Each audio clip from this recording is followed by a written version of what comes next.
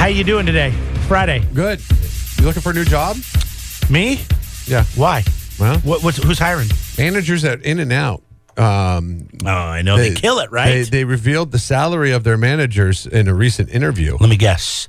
What do you think McDonald's managers make? Like 30, 40 grand a year, maybe up to 50 around here. I'm guessing In-N-Out, they're probably doubling that. So, yeah, I'd say around $90,000. Yeah. Give you an idea of what an architect, just an architect. Like you have to go to a good school for architect, and there's lots of jobs in California for an architect. The average architect in California, according to Indeed, which is like a jobs website, makes $112,000 a year. Lawyers and software engineers, the average figures are right around $115,000 a year. You know how much an In-N-Out burger store manager makes? I said 90,000. $160,000. They make more than an architect? They make more than Art Vandelay? Wow, that's crazy. It's 160 grand a year. Well, they must have a lot of stress on their shoulders there. That triples making them burgers. That triples the industry average. That means if you are a manager at a competing fast food restaurant, you are making a third of what that they are making at In-N-Out. You try to get to In-N-Out, right? Yeah. And you don't have to worry about new menu items at In-N-Out. Hell, they put hot cocoa on the menu over Christmas. National story. People were on their ear. Well, they have the hidden menu, and they all have to know how to do that. Okay, big deal. Like what is it, the 4x4? You know what the 4x4 is? Kyle told me. Kyle's a crazy But it's 4 In-N-Out burgers. kid. That's it. It's not that complex. No, it's not 4 burgers. It's 4 patties on between one. It's a 4 burger. Yeah, I know. It's a quad. Okay, that's what I meant. It's not a triple. It's a quad. I meant. That's what I meant. You have 4 hamburger patties on a bun. 4 buns, 4 cheese, 4x4. Damn, that's 2 buns. 4. I'm sorry, 4 buns. Damn it, I said it again. 4 burgers, 4 cheese. Yeah. And they have all these other things. But you're right. This is a pretty easy gig, right? I mean, you bring people in, you train them. They're young people. They absorb it. It's not that hard. They do their job. They work their station. You have to order. I used to be a manager at a place that was very similar to this. I worked at a theme park, and I didn't flip burgers, but I was in charge of doing all the ordering. I'd order all the meat, I'd order all the cups, I'd order all the, you know what I mean? Mm-hmm. I ordered the fry grease. I mean, it's, I was in college, I was doing this, and I was making $10 an hour. So if you are making $160,000 a year as a manager at In-N-Out, what kind of dues are you having to pay with the company and this is just a store manager, okay? This is not like a regional manager or anything like that. This is like theoretically the guy that works at the In-N-Out in Atascadero, or girl, that's the store manager, is pulling down $160K, according to this article. I'm gonna post this article. So if you start out working the drive-through or punching the potatoes through the fryer, you start off at $13 an hour, and you get college benefits if you want to take advantage of it. That's a pretty good gig. You can go to college, and they'll help you pay for a big chunk of it. But and the nice thing too about In-N-Out is they're busy all the time. So once you start your shift, you're working which then justifies the $160,000. It flies. Your time flies. Like there are times at other fast food restaurants, for whatever reason, that you could walk in, you walk right up, and you call your shots. There's never a time at an In-N-Out where you're not standing in a line or sitting in a drive-through line. There's never a time. I've never walked into an In-N-Out in my life and walked right up and ordered. Drove up and drove right to the window.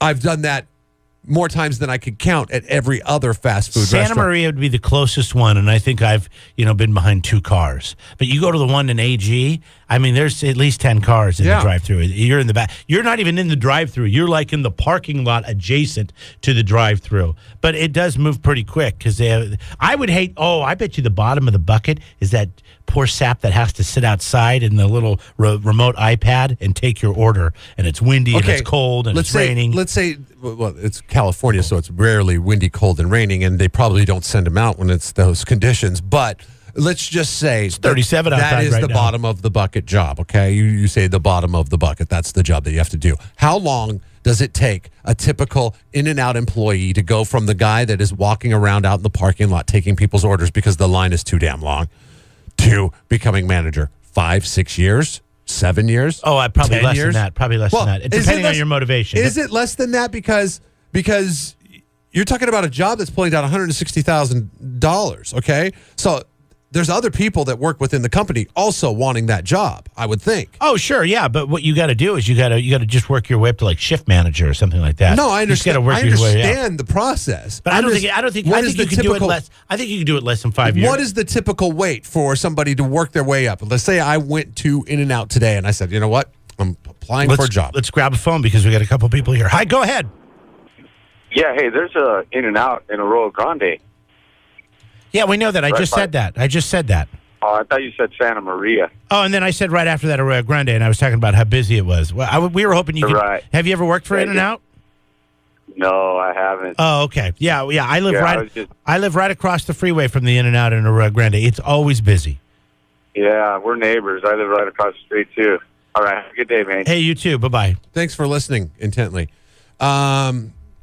Stop. It's early. All right, people are still drinking coffee. I was hoping that we could get somebody that's in the system and they could tell us. Yeah, I want to know. They could tell us the process. I'm actually really fascinated now to know that the manager. It might be worth taking a couple steps back to take a few steps forward. You know, the store manager at the Arroyo Grande, or the Santa Maria, or the Atascadero In-N-Out, they're pulling down $160 a year. That's not bad. And think about it. You never have to get up early because you know what? The place doesn't open for breakfast. It is the fourth best place to work in the United States ahead of Google, according to a recent survey. Ahead of Google? Ahead of Google. 90% of former employees, people that have worked for In-N-Out, would recommend working at an In-N-Out to a friend. Wow. Because probably $160,000 a year if you become a manager. How many people are working at Jack in the Box or Burger King or McDonald's that are hearing this today and going, man, I got to get over there. I've been managing this McDonald's for, I don't know, past 3 years. I'm pulling down $40,000. And I haven't even made $160,000. Yeah, or past 10 years or past 15 years. Who knows how long you've been the manager at the McDonald's. You know? There's a guy on the line that says he knows kind of how they come up with this number. Go ahead, man. How they make that kind of money? If the store makes $100,000 a year, they get a % of that a month.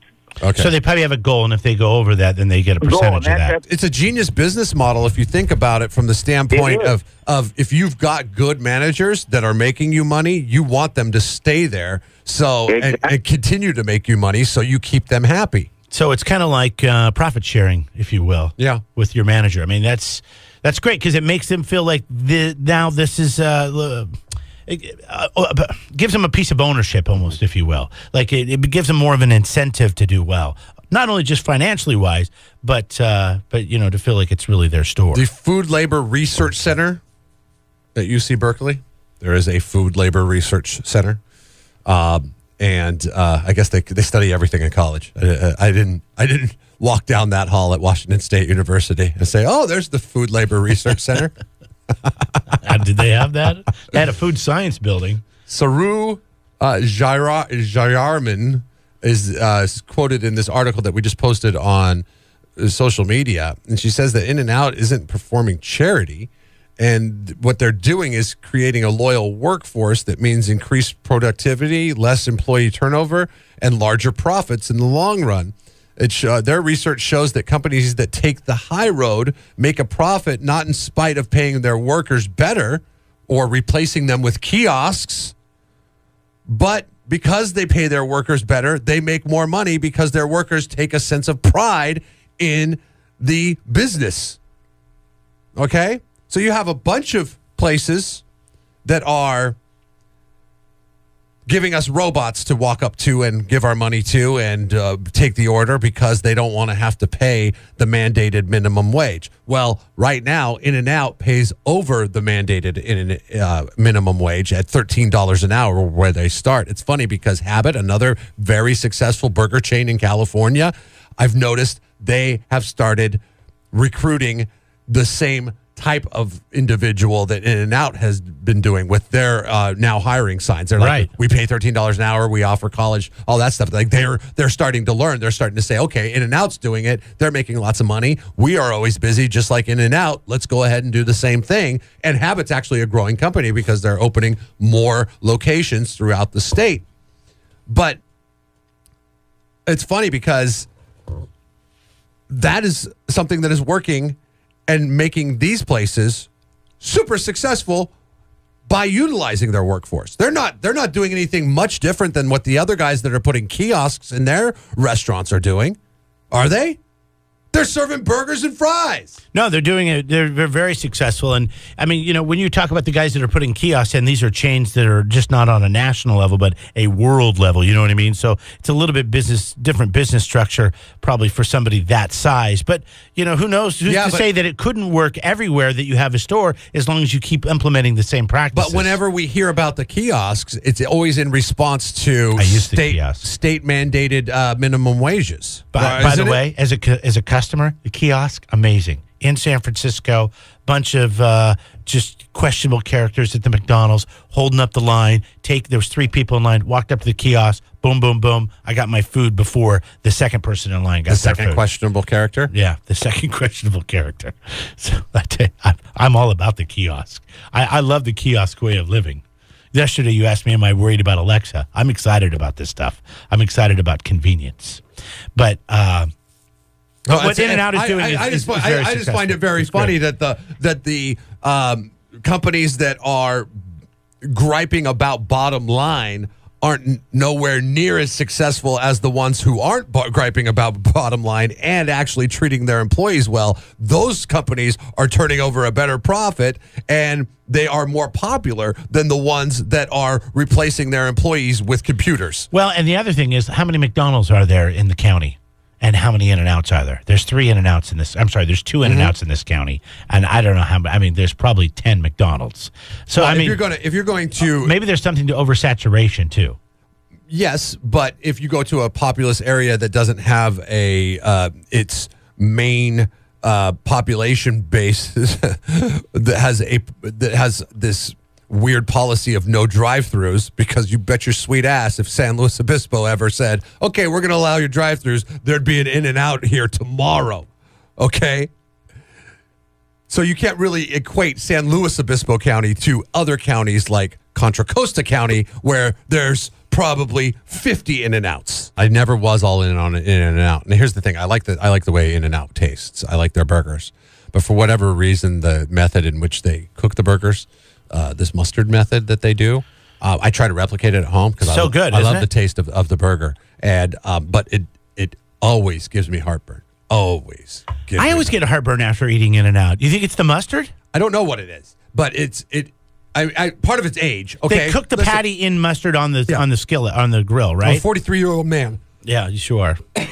See, I can't even make it through a sentence without coughing here.